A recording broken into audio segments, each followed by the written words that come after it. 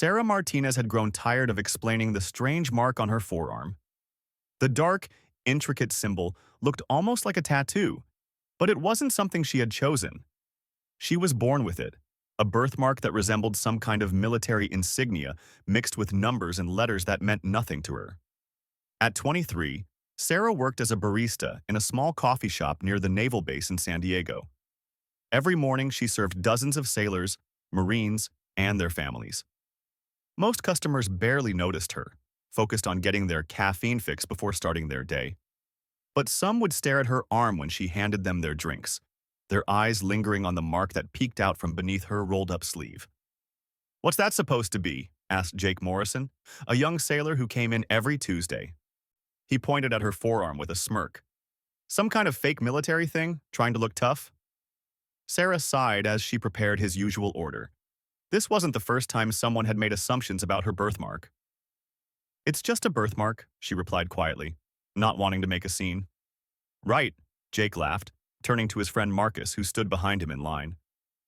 "A birthmark that just happens to look like some secret military symbol. What are the odds?" Marcus joined in the laughter. "Maybe she thinks it makes her look cool, like she's some kind of special forces or something." Other customers in the coffee shop turned to look, some chuckling at the exchange. Sarah felt her cheeks burn with embarrassment. This happened more often than she cared to admit. People saw the mark and either assumed she was pretending to be something she wasn't, or they completely ignored it. "I'm not pretending to be anything," Sarah said firmly, handing Jake his coffee. "It's just how I was born." "Sure it is," Jake said, still grinning. "Next you'll tell us you're secretly related to some war hero or something." The comment hit closer to home than Jake could have known. Sarah had been adopted as a baby, and despite years of searching, she had never been able to find any information about her birth parents. The mark was her only connection to a past she knew nothing about. As the morning rush died down, Sarah's co-worker Emma noticed how quiet she had become. Emma was a few years older and had worked at the coffee shop much longer than Sarah. She had witnessed these interactions before and always felt bad for her friend. "Don't let them get to you," Emma said, wiping down the counter. "Some people just don't know when to keep their mouths shut." "It's fine," Sarah replied, but her voice betrayed her frustration. "I just wish I knew what it actually meant. Maybe then I could give them a real answer instead of just saying it's a birthmark." Emma looked at the mark more closely. She had always been curious about it but had never wanted to pry. The symbol was incredibly detailed for a birthmark. It featured what looked like a trident surrounded by an anchor, with a series of numbers and letters arranged in a specific pattern below it. "Have you ever tried looking it up online?" Emma suggested. "Maybe it's some kind of military unit insignia or something." Sarah had tried that countless times over the years. She had searched every combination of military symbols, unit patches, and insignias she could think of. Nothing ever came up that matched her mark exactly. It was as if the symbol existed nowhere else in the world. The afternoon shift brought a different crowd to the coffee shop. Instead of the morning rush of military personnel heading to base, the afternoon customers were usually families, students, and people running errands. Sarah preferred these quieter hours when she didn't have to deal with comments about her arm. Around 3 o'clock, an older woman came in and ordered a simple black coffee. As Sarah handed her the cup, the woman's eyes immediately went to her forearm. But instead of making a joke or rude comment, the woman's face went completely pale. "Where did you get that mark?" the woman asked in a shaky voice. "I was born with it," Sarah answered, surprised by the woman's reaction. "It's a birthmark." The woman stared at it for several long seconds, her hand trembling slightly as she held her coffee. "I haven't seen anything like that in over 20 years, she whispered. "You've seen this symbol before?" Sarah asked eagerly. Finally, someone who might have answers. The woman nodded slowly. "My husband had something similar. He was in the Navy, special operations." She paused, seeming to struggle with her words. "He died in Afghanistan in 2003. Sarah felt her heart skip a beat. "Special operations? What kind of special operations?"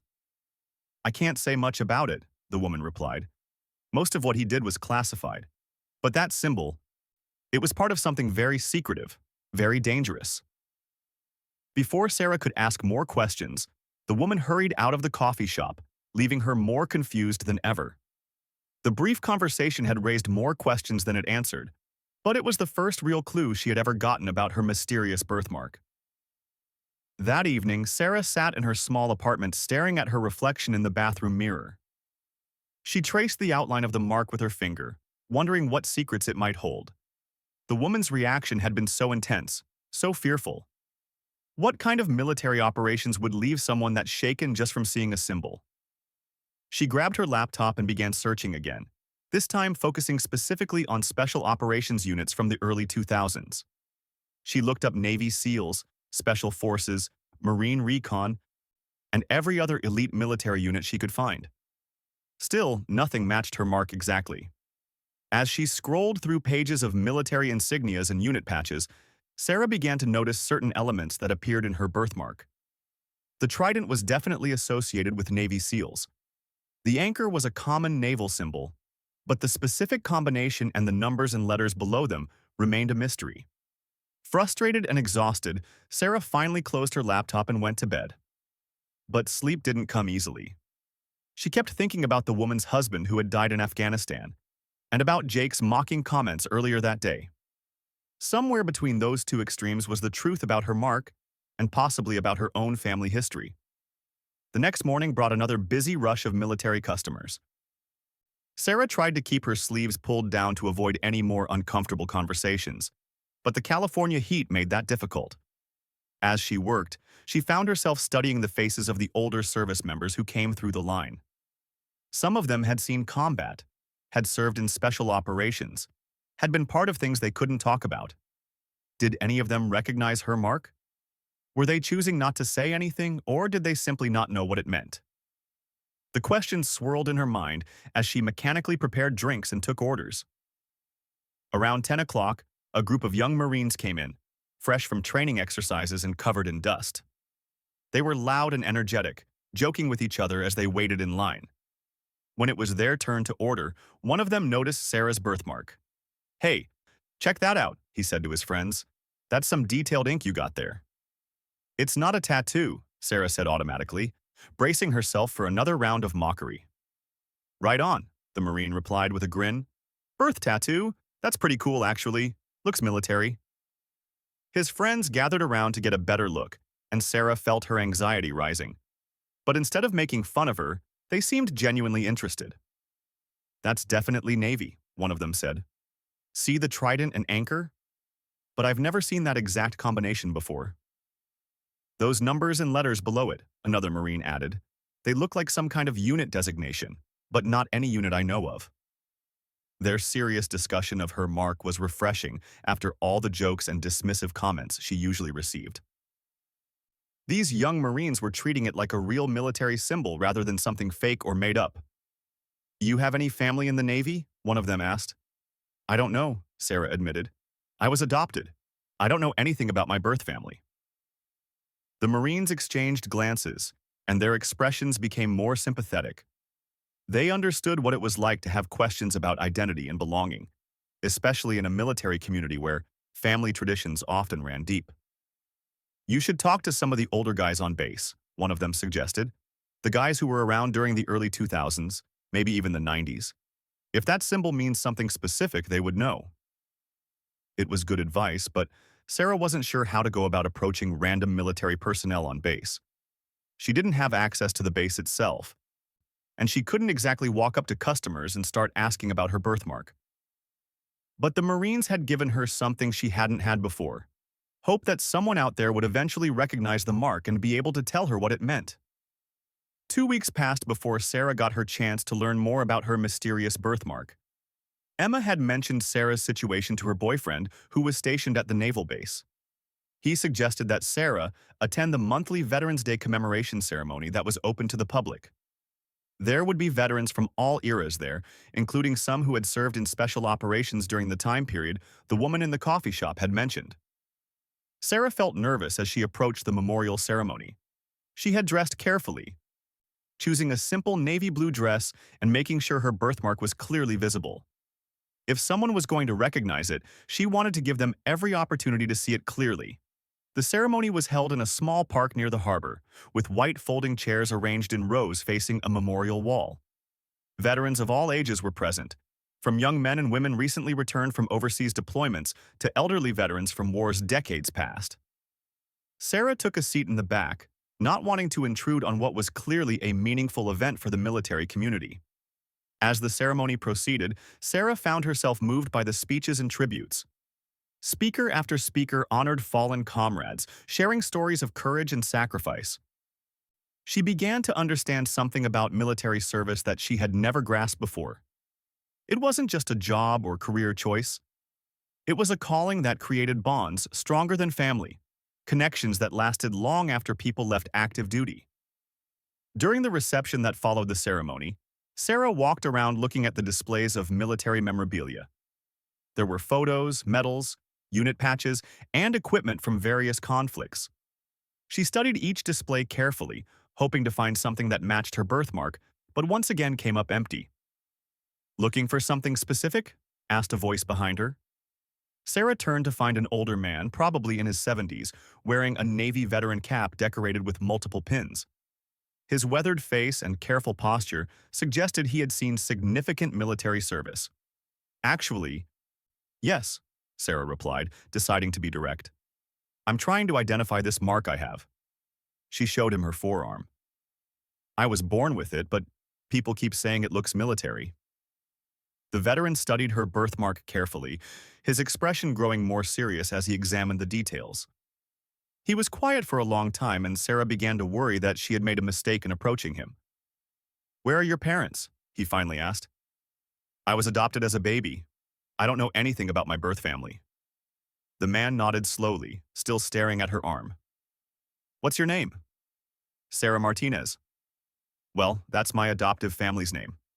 I don't know what my birth name was." "When were you born?" "October 15th, 2000. The veteran's face went completely white. He looked around quickly, as if checking to see who might be listening to their conversation. When he spoke again, his voice was barely above a whisper. "You need to come with me. There's someone you need to meet." Sarah's heart began racing. The man's reaction was even more intense than the woman in the coffee shop had been.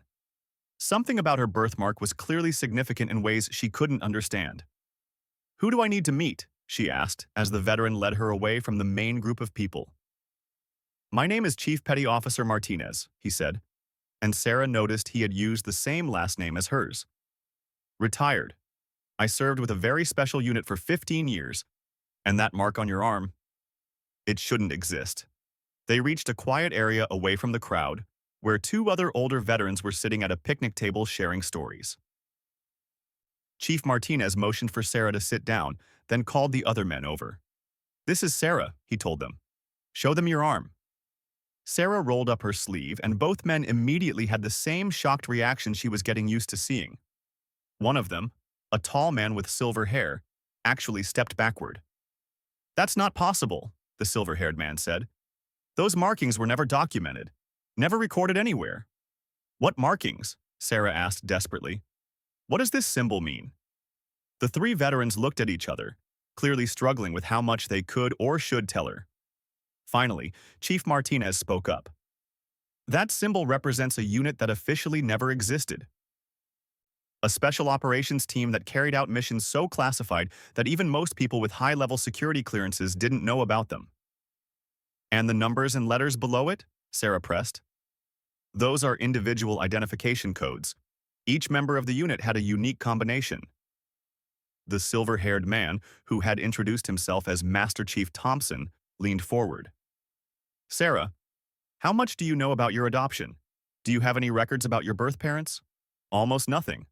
The adoption was handled through a private agency, and they said the records were sealed. I've tried to get information, but I've never been successful." Master Chief Thompson and Chief Martinez exchanged another look. The third veteran, who had been quiet until now, finally spoke up. "There was an operation in Afghanistan in late 1999, early 2000, a deep cover mission that went bad. Several team members were lost." Sarah felt a chill run down her spine. "What kind of operation?"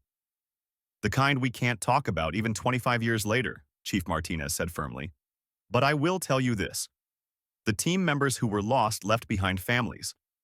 Families who were relocated and given new identities for their own protection. New identities, Sarah repeated slowly. You think I'm the child of someone who died on that mission? I think that birthmark is more than just a coincidence, Master Chief Thompson replied. The timing matches, the location matches, and that specific symbol, only 12 people ever carried that designation. Sarah's mind was reeling. Everything she thought she knew about her life was suddenly being turned upside down. How can I find out for sure? How can I learn the truth about my parents? The three veterans looked uncomfortable. Chief Martinez cleared his throat before answering. There are people who would know the truth. People who were involved in relocating the families after the mission went bad. But they're not easy people to reach, and they might not want to be found. I have to try, Sarah said firmly. This is my life, my identity. I have a right to know where I came from. Master Chief Thompson pulled out his cell phone and scrolled through his contacts. There's a man I served with who later worked in military family services. He might be able to point you in the right direction. But Sarah, you need to understand something. If your parents were who we think they were, learning the truth could be dangerous. Dangerous how? The people they were fighting against in that operation. Some of those people are still alive, still active. If they knew that the children of the team members were still out there. Sarah felt fear creep into her excitement. She hadn't considered that there might be risks involved in learning about her past. But the need to know the truth was stronger than her fear. I still want to know, she said. Master Chief Thompson made the phone call, speaking quietly into his phone, while Chief Martinez and the other veteran continued to study Sarah's birthmark.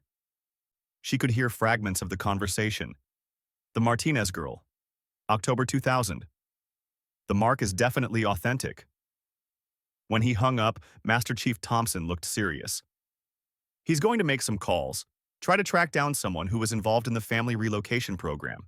It might take a few days. In the meantime, Chief Martinez added, you need to be very careful about who you show that mark to, and you definitely shouldn't be posting pictures of it online or anything like that. Sarah nodded, understanding that she was now involved in something much bigger and more complex than she had ever imagined. As she drove home from the ceremony, her mind raced with possibilities and questions. That night, she lay in bed staring at her birthmark in the dim light from her bedside lamp. For 23 years, it had been nothing more than an unusual marking that made people ask questions or make jokes. Now she was learning that it might be the key to understanding her entire identity. She thought about her adoptive parents, who had always been loving and supportive, but had never been able to tell her much about her biological family. Had they known more than they let on? Had they been given instructions to keep her past secret? The next few days at the coffee shop were torture. Sarah found herself scrutinizing every customer who came through the door, wondering if any of them might recognize her mark or have information about her past. The waiting was almost unbearable. On Thursday morning, Master Chief Thompson came into the coffee shop. Sarah's heart jumped when she saw him, hoping he had news. He ordered a black coffee and waited until there were no other customers before speaking. We found him, he said quietly. The man who handled the family relocations after the Afghanistan operation. He's agreed to meet with you, but it has to be completely confidential. When? Where? Sarah asked eagerly. Tomorrow night. There's a small diner about 20 miles north of here. He'll be there at 8 o'clock. Master Chief Thompson slid a piece of paper across the counter with the address written on it. And Sarah? Once you have this conversation, there's no going back. Your life is going to change. Sarah looked down at the address, her hands trembling slightly. After 23 years of questions, she was finally going to get answers. But Master Chief Thompson's warning echoed in her mind. Was she ready for her life to change completely? She looked up at him and nodded. I'm ready. The diner Master Chief Thompson had directed Sarah to was exactly the kind of place where someone would go to have a conversation they didn't want overheard. It was old, dimly lit, and nearly empty at 8 o'clock on a Friday night. Sarah arrived a few minutes early and chose a booth in the back corner where she could watch the door. At exactly 8 o'clock, a man in his 60s entered the diner. He was average height with gray hair and the same careful, alert posture she had noticed in other veterans. He scanned the room once before his eyes settled on Sarah. Even from across the room, she could see his expression change when he spotted her birthmark. The man approached her table and sat down without introduction. For a long moment, he simply stared at her arm, then at her face, then back at her arm. When he finally spoke, his voice was heavy with emotion. "You look just like her," he said quietly. "Like who?" Sarah asked, though she already suspected the answer. "Like Lieutenant Commander Elena Vasquez, your mother." Sarah felt tears spring to her eyes. After 23 years of wondering, she finally had a name. "Elena Vasquez," she repeated. "What was she like?" The man, who had introduced himself only as David, smiled sadly. "She was one of the finest officers I ever worked with. Brilliant, fearless, completely dedicated to her mission and her team, and she was 8 months pregnant when she died." The words hit Sarah like a physical blow. She had known intellectually that her birth parents were probably dead, but hearing it confirmed was still devastating. "How did she die?" Sarah asked. David was quiet for a long time, clearly struggling with how much he could reveal. The mission was supposed to be routine intelligence gathering, a small team infiltrating a terrorist compound to gather information about planned attacks on American civilians. But they had been betrayed. Someone in the Afghan government had sold them out. What happened to the team? They were ambushed. The entire team was wiped out except for one member who managed to escape and report what had happened. By the time we could mount a rescue operation, everyone else was dead. Sarah wiped tears from her eyes. "What about my father? Was he on the team too?" "Master Chief Petty Officer Antonio Martinez. Your adoptive parents kept his last name when they took you in." Antonio was the team leader, one of the most respected special operations officers in the Navy. He and Elena had been married for 3 years. David reached into his jacket and pulled out a manila envelope. "I brought some things I thought you should have. Photographs, mostly. Some personal items we were able to recover." Sarah's hands shook as she opened the envelope. The first item was a photograph of a woman in military dress uniform. She had dark hair, kind eyes, and a strong, confident bearing. Sarah could see the resemblance immediately. The second photograph showed a man and woman in civilian clothes, clearly happy and in love. The woman was unmistakably pregnant, her hand resting on her belly. The man was tall and handsome with the same alert, professional demeanor Sarah had seen in other special operations veterans. "This was taken about a month before the mission," David explained. "Elena was supposed to go on maternity leave after this assignment. They were both so excited about becoming parents." Sarah studied the photographs, trying to memorize every detail of the parents she had never known. Why was she allowed to go on a mission while she was pregnant? "She wasn't supposed to," David admitted, "but the mission required someone with her specific language skills and cultural knowledge. She insisted she was fine to go, and the mission was supposed to be low risk, just intelligence gathering. But someone betrayed them. Yes, we never found out who, but the information was sold to the terrorists they were supposed to be investigating. The team walked straight into a trap." David pulled out another item from the envelope, a small silver pendant on a chain. "This was Elena's. She was wearing it when she died." Sarah took the pendant with trembling fingers. It was simple but beautiful, with an inscription on the back that read, "For Elena, my love and my anchor, Antonio." "There's something else you need to know," David continued. "When Elena died, the medical team was able to save you. You were born during an emergency cesarean section in a military field hospital. You survived because of her sacrifice." Sarah couldn't speak. The weight of learning that her mother had died giving birth to her was overwhelming. After the mission failure, there were concerns about reprisals against the families of the team members. Everyone who had been on that mission was given cover identities, and their families were relocated and given new names. You were placed with a carefully selected family who were told only that you were the child of a service member killed in action. My adoptive parents never knew the truth. They knew some of it. They knew your parents had died serving their country, and they knew you needed protection, but they weren't told the specific details. Sarah wiped her eyes and tried to process everything she was learning. The birthmark. How is it possible that I was born with something so specific? David smiled for the first time during their conversation. That's actually one of the more remarkable parts of your story. Elena had gotten a tattoo of Antonio's unit designation on her own arm when they got married. During your development in the womb, the tattoo somehow transferred to you as a birthmark. The medical team had never seen anything like it. So this mark really is my father's unit code, not just his unit code. Antonio Martinez was the commander of one of the most elite special operations teams in naval special warfare. That symbol represents a level of service and sacrifice that very few people ever achieve.